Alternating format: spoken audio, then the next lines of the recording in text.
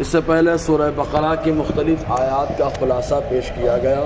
خاص طور سے جو آیت کریمہ رہی وہ یہ کہ اللہ تعالیٰ فرماتا ہے اللہ کی راہ میں خرچ کرو، اپنے ہاتھوں اپنے کو ہلاکت میں مت ڈالو اور بھلائی کرتے رہو، بے شک اللہ تعالیٰ بھلائی کرنے والوں کو پسند فرماتا ہے۔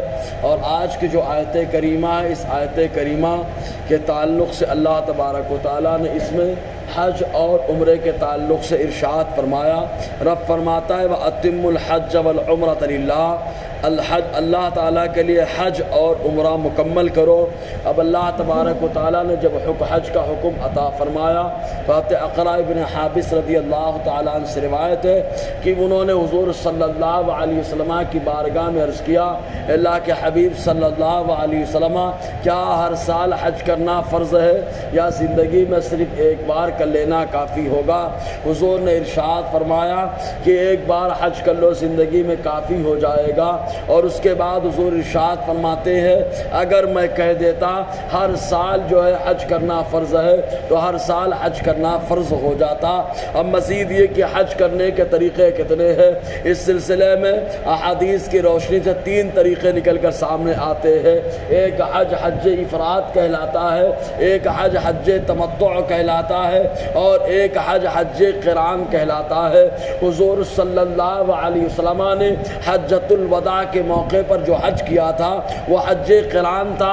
تمام حجوں میں سب سے افضل حج حج قران ہوتا ہے، کیونکہ حج قران میں یہ کیا جاتا ہے کہ حاجی میقات سے حج اور عمرہ دونوں کا احرام ایک ساتھ باندھتا ہے اور پہلے خانہ کعبہ پہنچتا ہے، عمرہ کرتا ہے، احرام سے فارغ نہیں ہوتا، حج کا احرام باندھے رہتا ہے۔ تو حج اور عمرہ دونوں کا احرام ایک ساتھ باندھا جائے اسے حج قران کہا جاتا ہے۔ کافی آزمائشوں سے آدمی دوچار ہوتا ہے، اللہ تبارک و تعالیٰ لیکن افضل حج کا ثواب عطا فرماتا ہے۔ اور ایک حج تمتع ہوتا ہے۔ حج تمتع یہ ہے کہ بندہ حج کے جو ایام ہیں شوال، ذوالقعدہ، ذی الحجہ، ان ایام کے اندر بندہ پہنچے خانہ کعبہ اور جائے، پہلے احرام کا احرام عمرے کا باندھے اور جا کر کے عمرہ کرے اور عمرہ کرنے کے بعد عمرے سے فارغ ہو جائے اور اس کے بعد پھر دوبارہ میقات سے حرم سے جو حج کا احرام باندھے تو اسے حج تمتع کہا جاتا ہے۔ اور ایک حج افراد ہوتا ہے کہ بندہ جب بھی میقات سے جا رہا ہے حج کے ایام میں تو ڈائریکٹ حج کا احرام باندھ کر کے جائے تو وہ حج افراد کہلاتا ہے۔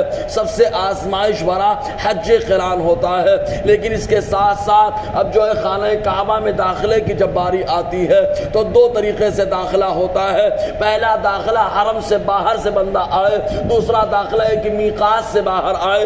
جب بندہ میقات کے باہر سے کوئی شخص جاتا ہے تو اس کے لیے احرام کا ہونا ضروری ہوتا ہے، چاہے حج کا احرام باندھ کر جائے یا عمرے کا احرام باندھ کر کے جائے۔ اگر وہ بندہ بغیر احرام کے گیا تب ایسی صورت میں دم دینا پڑے گا، دم یعنی قربانی کرنی پڑے گی۔ اور اگر قربانی نہیں کرنا چاہتا یا اس کے پاس اسباب نہیں ہے تو دوبارہ پھر میقات چلا جائے، وہاں سے حج یا عمرے کا احرام باندھ کر کے آئے۔ اور دوسری صورت یہ ہوتی ہے کہ بندہ حرم سے باہر ہے اور حرم سے باہر سے جب حرم کے اندر آئے تو اس کو اختیار ہوتا ہے آیا وہ احرام باندھ کر کے آئے یا بغیر احرام کے آ جائے۔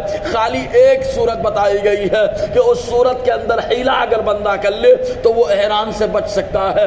وہ صورت یہ کہ بندہ مدینہ طیبہ کے اندر ہو اور مدینے کے اندر وہ نیت یہ کرے کہ میں جدہ جا رہا ہوں تو وہ بندہ میقات کے اندر تو آ جاتا ہے لیکن جدہ پہنچے اور کچھ کام کرے اس کے بعد اگر مکے میں آتا ہے تب ایسی صورت میں اس کے اوپر احرام لازم نہیں ہوتا، ورنہ میقات سے باہر سے جب بھی بندہ آتا ہے تو اس کے اوپر احرام لاگو ہو جاتا ہے۔ بہرکیف تو اللہ تبارک و تعالیٰ نے حج کی 3 صورتیں بیان فرمائی۔ پہلی صورت یہ کہ بندہ حج قران کر لے، جیسے کہ حجۃ الوداع کے موقع پہ حضور نے حج قران کیا، اور یا کہ حج تمتع کر لے یعنی حج عمرے کا احرام یکے بعد دیگرے باندھے، پہلے عمرے کا احرام عمرہ جا کر لے، پھر حج کا احرام باندھ کر حج کر لے۔ اور اگر بندہ خالی تنہا یا حج کا نیت کر کے احرام باندھے تو اسے حج افراد کہا جاتا ہے۔ اب اللہ تعالیٰ فرماتا ہے وَأَتِمُّ حج والعمرۃ للہ، اور مکمل کرو حج اور عمرہ اللہ کے لیے، خالص اللہ کے لیے۔ بندہ جب